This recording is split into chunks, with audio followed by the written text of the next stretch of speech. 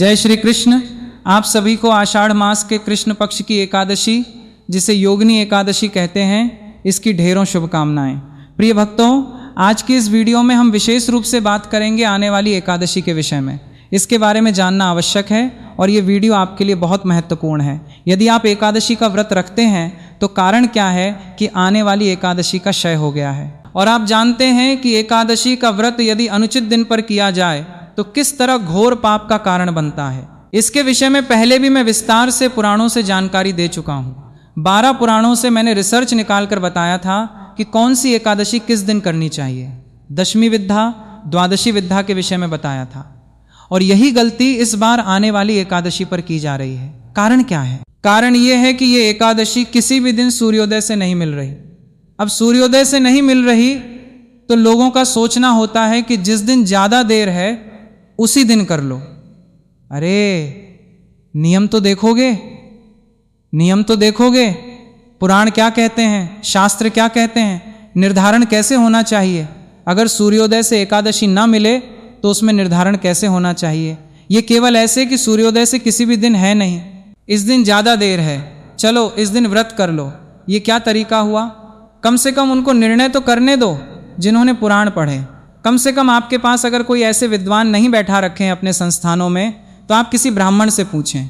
ऐसा थोड़ी कि कुछ भी छाप दें और जनता को भ्रमित कर दें, पाप में डाल दें।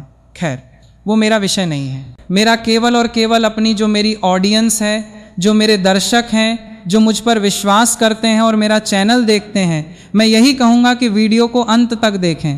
कहीं इधर उधर देखने की आवश्यकता नहीं है। आप जानते हैं कि पुराणों के आधार पर मैं जानकारी प्रस्तुत करता हूँ। आपके लिए जो पुराणों में नियम बताए गए हैं उसके अनुसार निर्धारण करके देता हूँ और उसी के नियम के अनुसार पुराणों के नियमों को लगाकर आपके सामने निर्धारण करके दूंगा। और आप जानते हैं मैं केवल पुराण के नियम आपके सामने रखता हूँ। निश्चय आपका होता है कि आपको क्या मानना है, क्या नहीं मानना है। निर्णय आपका होता है। तो आइए जानकारी प्रस्तुत करते हैं कि आने वाली जो एकादशी है, जिसे योगिनी एकादशी कहते हैं, इसका व्रत कैसे करना है, व्रत की विधि क्या है, नियम क्या है और इसका व्रत करना कैसे और कब चाहिए।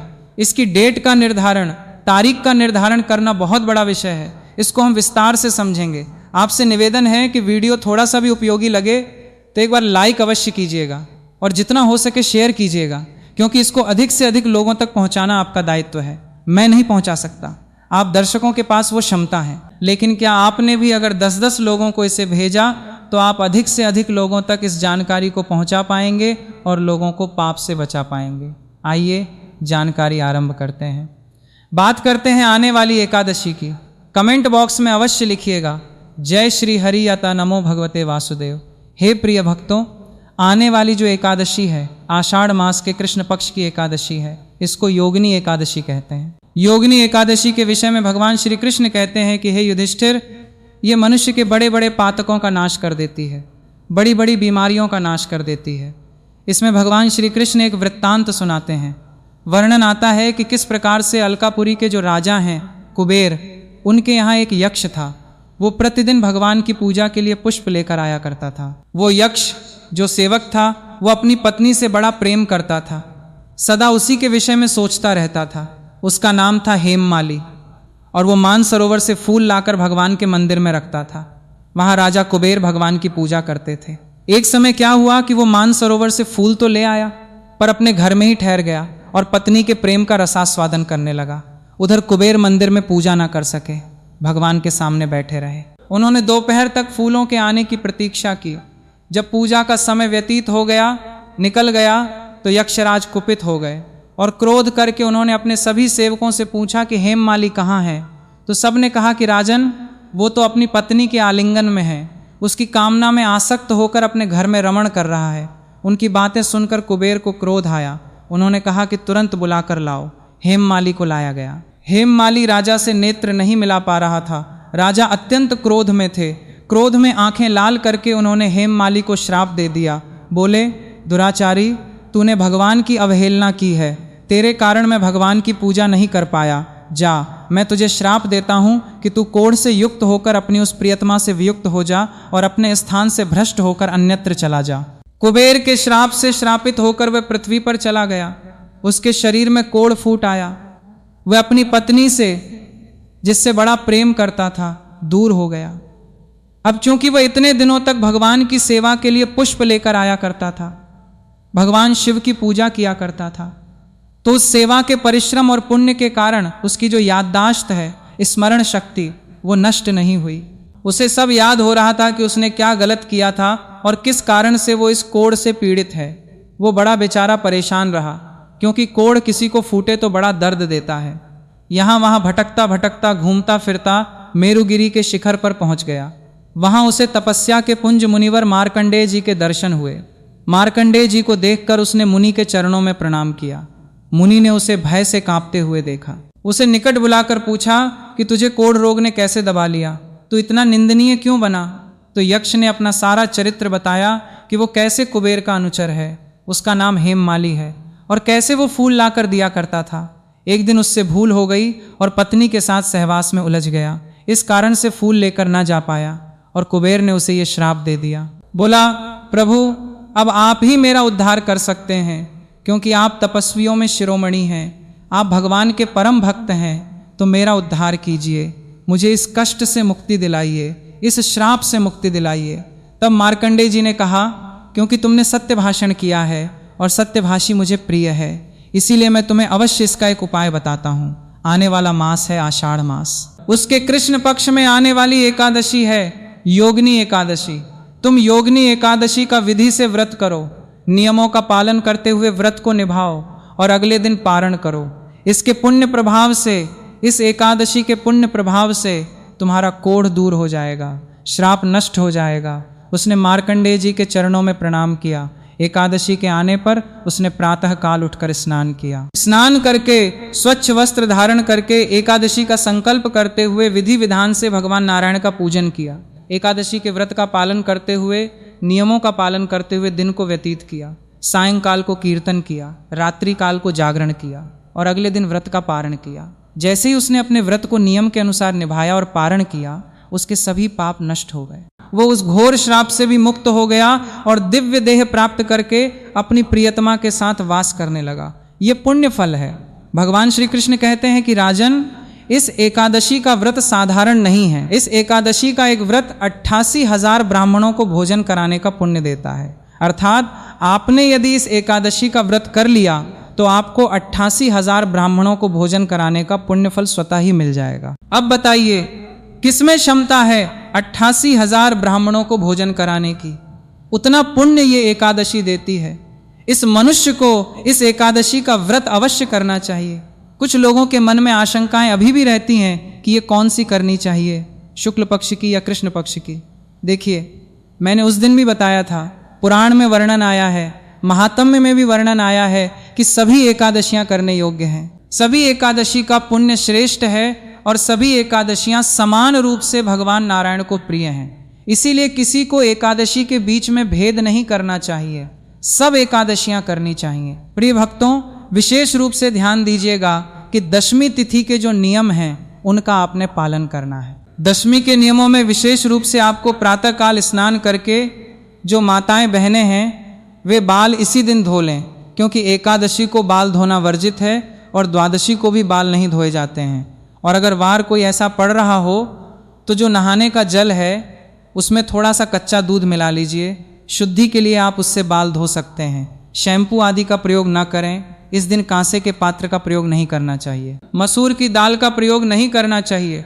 चने के साग का प्रयोग वर्जित है। हरे साग का प्रयोग भी वर्जित कहा गया है।